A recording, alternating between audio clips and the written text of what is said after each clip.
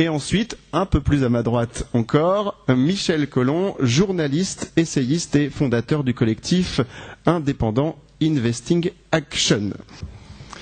Bonsoir, merci. J'ai suivi avec beaucoup d'intérêt les interventions précédentes et j'ai découvert vraiment avec beaucoup d'intérêt le diagnostic courageux qui vient d'être fait sur la manière dont on est informé, à savoir qu'on n'est pas informé, on est en fait vendu. Il n'y a pas d'information, il y a une marchandise. Et je partage très largement le diagnostic qui a été fait. Et je crois donc qu'il faut essayer de l'approfondir sur certains points et de voir surtout ce qu'on peut faire à partir de ce diagnostic-là. J'aurais une nuance en entendant que les différences entre RTL, RTBF et Le Soir proviennent du public visé et du niveau plus ou moins élevé des études. Oui, ça joue sur le style de l'information, mais quand j'analyse ce qui est le cœur de mon travail depuis une vingtaine d'années, comment les médias nous informent sur les guerres, je dois constater qu'il n'y a pas de différence. Il y a une différence dans le style, dans la présentation, mais sur le fond, ils disent tous la même chose. On est soi-disant dans une presse pluraliste, et les mêmes médias mensonges sont repris à chaque guerre par tous les médias, qu'ils soient populaires ou intello. Il n'est pas possible, depuis 25 ans que je suis ça, en Belgique ou en France, avec les médias traditionnels, d'apprendre la vérité sur n'importe quelle guerre qui est menée par les États-Unis ou la France. C'est chaque fois un festival de médias mensonges. Pour prendre la dernière, on nous a dit dans tous les médias que Bachar el-Assad avait massacré son peuple avec des armes chimiques. Des médias comme Investigation et quelques autres dans le monde ont dit dès le début Bachar n'est pas un ange, mais ça ne tient pas debout. Tous les indices sur le terrain montrent qu'en fait, c'est des terroristes de l'opposition qui l'ont fait.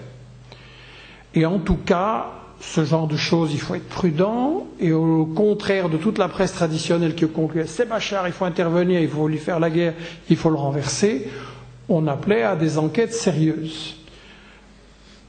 On vient d'avoir, la semaine dernière, un des plus réputés journalistes des États-Unis, Seymour Hersh, qui, se basant sur des confidences de militaires et de hauts responsables des affaires étrangères des États-Unis, ont dit oui, c'est pas Bachar qui a utilisé les armes chimiques, ce sont ce qu'on appelle les rebelles ou les terroristes. Est-ce qu'il va y avoir une autocritique quelque part? Est-ce qu'il va y avoir un débat? On vous a dit ça, mais c'est faux. Pourquoi est-ce qu'on s'est trompé? Pourquoi est-ce qu'on a refusé d'inviter les gens qui disaient le contraire? Pourquoi est-ce qu'on n'a pas traité le public en adulte en lui disant c'est compliqué, il faudrait une enquête, soyons prudents? Et si ça se passait seulement une fois pour une guerre, ok, mais en réalité, et c'est ça qui est frustrant dans le job que je fais depuis 20 ans, c'est chaque fois le même procédé médias mensonges, ça se voit comme le nez au milieu de la figure, et chaque fois ces journalistes expérimentés qui nous disent nous on est des pros, on est objectifs, on a des exigences déontologiques, retombent dans le même panneau à chaque fois. Donc la question c'est comment c'est possible. Sur l'Ukraine, souvenez-vous, le soir ici, le bain de sang, les rues de Kiev étaient à feu et à sang, les forces de l'ordre ont tiré à balles réelles sur les manifestants, au moins 60 morts. Le lendemain, il faut intervenir militairement en Ukraine. À ce moment-là, nous avons dit, sur base d'autres sources locales, c'est pas évident, il faut une enquête, et toujours la question dans ce genre de cas, à qui profite le crime? Et maintenant, ce qu'on a appris par une conversation qui a été captée entre Ashton, la ministre des Affaires étrangères de l'Europe, et un commissaire européen, qui lui a dit, vous savez, ceux qui ont tiré là sur la foule, c'est pas les forces du président qui a été renversé, c'est au contraire les rebelles, parmi lesquels des groupes d'extrême droite soutenus par les États-Unis. Et il a dit on va avoir un problème. Et Ashton fait semblant qu'elle est sourde et qu'elle n'a rien entendu. Sur Internet, cette chose-là a circulé. Dans les médias, non. Finalement, maintenant, on apprend, ah oui, c'est vrai, une enquête de 1 jour ou 2, on pouvait voir qu'en fait, on a tiré et sur les manifestants et sur les forces de l'ordre, que ce sont les mêmes balles, et que c'est un endroit qui était tenu par l'opposition. Et ça, c'est un scénario qu'on a déjà vu en 2002, quand il y a un coup d'État militaire de la CIA contre Chavez au Venezuela. Il y a une manif des opposants à Chavez, il y a une manif de Chavez qui défend le palais présidentiel, et à un moment donné, du 6e étage des immeubles, on tire sur les 2 manifs, qui, elles, ne peuvent pas être en contact parce qu'il y a des immeubles entre les 2 manifs. Donc on voit bien que c'est une 3e force. Et quand le coup d'État échoue, les snipers sont exfiltrés et se retrouvent comme par hasard aux États-Unis. Et donc c'est un scénario qu'on a déjà vu. Et vous croyez que tous ces grands médias tellement arrogants vont être prudents et dire soyons prudents, faisons une enquête? Non, directement, c'est l'Ukraine, il faut renverser Yanukovych. Et je pourrais multiplier les exemples sur la Libye, le coup des armes chimiques, on l'avait déjà fait à propos de l'Irak, et toutes les atrocités qu'on nous a sorties sur l'Irak. Je pourrais parler du Mali, de la Côte d'Ivoire, du Honduras, de l'Afghanistan. Chaque fois, des erreurs qui vont toujours dans le même sens. Toujours, nous, les médias occidentaux, nous sommes avec les gentils, nous sommes les gentils, tout ce que nous faisons c'est bien, nous n'avons que des intérêts nobles, la démocratie, la lutte contre le terrorisme, ramener la paix, etc. Les autres, c'est toujours les mauvais, ils sont toujours des dictateurs méchants, ils emploient toujours des mauvaises armes, ils font toujours des atrocités, ils n'ont aucune morale. Western, les gentils et les méchants. Et ça, vous avez dans le Soir, dans Le Monde, dans l'IB, donc les intellos aussi, on les prend pour des idiots, il ne faut pas croire. Donc, la question c'est, est-ce que tout ça obéit à une logique ou est-ce que c'est du hasard?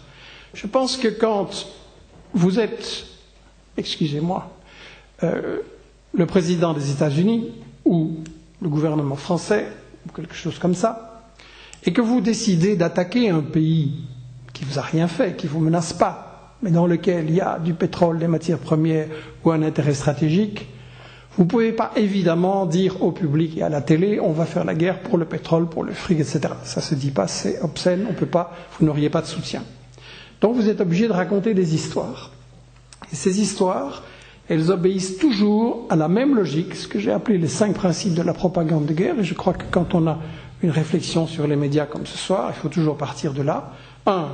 On va toujours cacher les intérêts économiques, toujours cacher le fait que ce sont des guerres pour le fric. Qu'on me montre un seul exemple de guerre menée par les États-Unis ou l'Europe depuis 25 ans et même plus, qui n'ait pas été motivé par le fric, un seul. Mais toujours on vous donne des merveilleux objectifs très nobles. Je veux dire, ça devrait quand même faire un peu réfléchir l'Europe. Cette Europe qui donne des leçons au monde entier sur qu'est-ce que c'est la démocratie. Mais le plus grand tas de cadavres dans l'histoire, il a été créé où? En Europe, par des Européens, avec des puissances d'argent derrière. Okay? Donc un peu de modestie, à mon avis, un petit peu moins d'ethnocentrisme et d'arrogance ferait du bien. 1. Cacher les intérêts économiques. 2. Cacher l'histoire. C'est-à-dire que dans toutes ces régions, au Moyen-Orient, Afrique, Amérique latine, vous avez des problèmes légués par l'histoire, mais qui ne tombent pas du ciel. Je veux dire, vous avez des conflits entre des populations, entre des religions, entre des ethnies, etc. Et ce qui est important, c'est que toujours, ces conflits ont été créés ou exacerbés par les puissances coloniales en vertu du classique diviser pour régner. Si on veut profiter des richesses d'un pays sans les payer, il faut évidemment empêcher les gens qui sont volés, pillés, exploités, il faut les empêcher de résister. Pour les empêcher de résister, il y a la manière militaire évidemment, mais ce n'est pas si simple. Et la meilleure manière, c'est de les diviser entre eux, de faire en sorte qu'ils se tapent les uns sur les autres. Ça, vous retrouvez dans tous les conflits dont je viens de parler, le rôle du colonialisme ou du néocolonialisme derrière ce diviser pour régner. 3e principe de la propagande de guerre, il faut absolument diaboliser l'adversaire. Puisqu'on ne fait pas la guerre pour le fric, on fait la guerre contre un méchant. Donc le méchant doit être très méchant et il faut le prouver avec, surtout maintenant à l'ère moderne, des images. Ça a toujours été, ce que je raconte là, il ne faut pas croire que c'est depuis 20 ou 25 ans. On va sortir sur Investigation une vidéo sur les raisons de la guerre 14-18 et la propagande qu'il y a eu autour, c'est exactement la même chose. Mais là, maintenant, ça s'est vraiment raffiné, évidemment, avec les images, avec la manipulation des images et avec les procédés de manipulation qui sont permis dans l'audiovisuel. Donc, il faut diaboliser l'adversaire, le présenter comme un monstre, sortir des images qui font pleurer dans les chaumières à l'heure du repas en disant « oui, il faut faire quelque chose, c'est vraiment un monstre ou c'est vraiment un danger, donc nos gouvernements font bien d'agir contre ce dictateur dangereux ». Quatrième principe de la propagande de guerre, il faut inverser l'agresseur et l'agressé. Il faut toujours dire qu'on vient pour protéger la victime. Dans tous les cas, c'est faux. Prenez le cas Israël-Palestine, par exemple. On va vous dire, regardez les titres du soir ou de tout le reste. Israël fait des représailles, Israël se défend, Israël riposte. C'est incroyable. Israël a chassé les Palestiniens de leur pays, de leur maison, de leur champ il y a 60 ans. Les Palestiniens ne l'acceptent pas. Ils luttent par différentes manières et c'est à eux d'en décider. De temps en temps, il y a une roquette qui tombe, ok. C'est rien comparé à ce qu'Israël a fait. N'empêche que dans nos médias, c'est Israël se défend. Inverser la victime et l'agresseur. Et on peut multiplier les exemples là-dessus. Le cinquième principe de la propagande de guerre, c'est monopoliser, c'est-à-dire empêcher le débat. C'est-à-dire, il ne faut pas que les gens se rendent compte que s'il y a une guerre, il y a deux points de vue, au moins, qu'il y a deux intérêts, et que pour se faire un jugement, il faudrait avoir l'avis des deux parties. Je veux dire, si vous allez au tribunal et que le juge doit juger entre A et B, il va évidemment... Enfin, qu'est-ce que vous diriez plutôt d'un juge qui dirait à un des camps, je vous écoute, et à l'autre, fermez-la. Et dans les médias, c'est comme ça. Avec tout ce que je viens de raconter, vous comprenez pourquoi je ne vais jamais passer au journal télévisé, ni de RTL, ni de la RTBF, ni pourquoi le soir me boycotte consciencieusement depuis une vingtaine d'années, en refusant systématiquement tous les débats. Dans ce journal, un certain Jean-Paul Martos, par exemple, m'a traité de Goebbels, donc le ministre de la propagande d'Hitler, sur des choses où c'est lui qui mentait, et je peux le prouver à propos de la Syrie et Baudouin-Lous, même genre. Donc, on est diabolisé, exclu des médias, et c'est très important. Il faut absolument que le média, puisque, comme on vient de le dire, il est là pas pour informer, mais pour vendre un truc. Donc, il faut défendre sa crédibilité. Et donc, il faut absolument qu'il y ait une seule version et pas de contestation possible. Je rejoins ce qui a été dit sur l'importance de la publicité et le métier qui est fait là. Ça a été exprimé par l'ancien patron de TF1, Patrick Lelay, dans une phrase mémorable, mais qu'il faut toujours se rappeler. Il disait à ses journalistes, au fond, notre métier consiste à vendre du temps de cerveau disponible à Coca-Cola. C'est-à-dire qu'on ne vend pas une info au spectateur, on vend le spectateur à une multinationale qui en plus vend de la merde. Et on ne va donc pas dire, évidemment, dans le journal télévisé qui précède la pub de Coca, que Coca, en réalité, finance des escadrons de la mort qui assassinent les paysans colombiens pour rafler leurs terres. Ça, c'est évidemment une info qui ne peut pas passer pour les raisons qu'on comprend. Et donc, 5 principes de la propagande de guerre: cacher les intérêts économiques, cacher l'histoire, diaboliser, inverser agresseur et agressé, et monopoliser, empêcher le débat. À partir de là, se pose la question, pourquoi ça se passe comme ça ? Et le sondage, il est très intéressant, et je pense que, non seulement dans le débat de ce soir, mais après, il faut creuser ce sondage parce qu'il dit des choses importantes. J'en ai noté une ou deux. 50% de gens désinformés et 17% de gens qui savent pas. D'un côté, c'est terrible, et de l'autre côté, c'est magnifique. Ça veut dire qu'il y a une prise de conscience que l'info, c'est pas évident, que l'image, ça peut mentir, et que le journaliste n'est pas Dieu, et qu'il faut tout vérifier. Je veux dire, le succès de Test Achat, c'est que maintenant, on vérifie ce qu'on nous donne à manger ou à consommer, et ça devrait être fait encore beaucoup plus avec une éducation systématique à l'école. Eh bien, Test Média, c'est tout aussi nécessaire et salutaire, parce que sans info, il n'y a pas de véritable démocratie. Le sondage pose la question, mais le sondage dit que l'info n'est pas objective parce qu'elle est influencée par les politiques. Maintenant, je ne sais pas comment la question a été posée, mais je crois qu'il faut aller plus loin en disant l'info, elle est influencée par l'argent. L'info est influencée, d'une part, parce que les tout grands médias Pensez aux empires de Lagardère, de Bouygues, de Dassault en France, pensez à Berlusconi, pensez à Bertelsmann en Allemagne, à Murdoch dans le monde anglo-saxon. Les tout grands médias sont aux mains d'une catégorie sociale bien particulière, c'est des milliardaires. Et vous croyez qu'ils vont vous informer sur les guerres ou sur la question pourquoi il y a des riches, pourquoi il y a des pauvres et que font les gouvernements? C'est évidemment pas leur intérêt, d'autant plus que dans ces capitaux, dans ces actionnaires des multinationales, il y a des médias, il y a des multinationales, le gratin des multinationales. Dans un excellent livre de Geoffrey Goens, Tout pouvoir confondu, qui analyse les liens entre État, capital et médias, il analyse les actionnaires, il analyse les membres des conseils d'administration, et il nous montre que les médias sont complètement en interpénétration incestueuse, il faut dire, avec ceux sur lesquels ils sont censés travailler, le pouvoir du business, le pouvoir de l'argent. Donc je crois qu'il faut aller plus loin encore sur cette question que ne le dit le sondage, mais c'est une excellente base, ça montre que les gens se méfient, et c'est magnifique. Pourquoi on ferait confiance à quelqu'un qui vous vend de la nourriture empoisonnée, et pourquoi on ferait confiance à quelqu'un qui vous vend une info empoisonnée? Et donc si on analyse la question, je ne sais pas combien de temps il me reste. Il vous reste 5 minutes. Merci. Michel.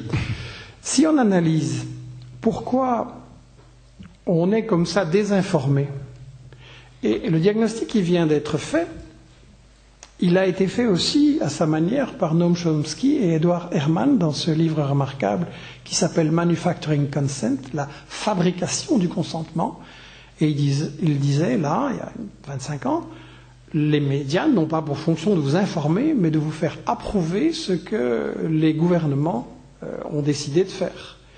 Et derrière les gouvernements, c'est l'argent. Parce qu'il y a une chose que les politiques, on est en période électorale, il y a une chose où ils disent vrai.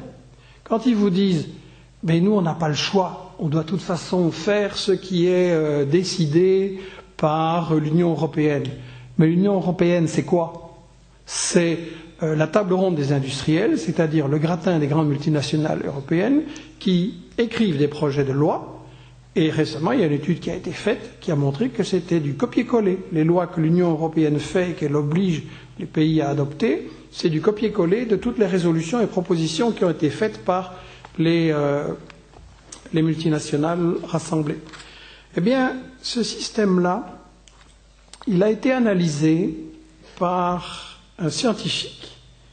Et vous allez être surpris, il a été analysé, ce système, par Albert Einstein, qui en 1949 écrit un article très intéressant où il analyse le système capitaliste et où il explique les liens justement entre le pouvoir économique, le pouvoir politique et le pouvoir médiatique.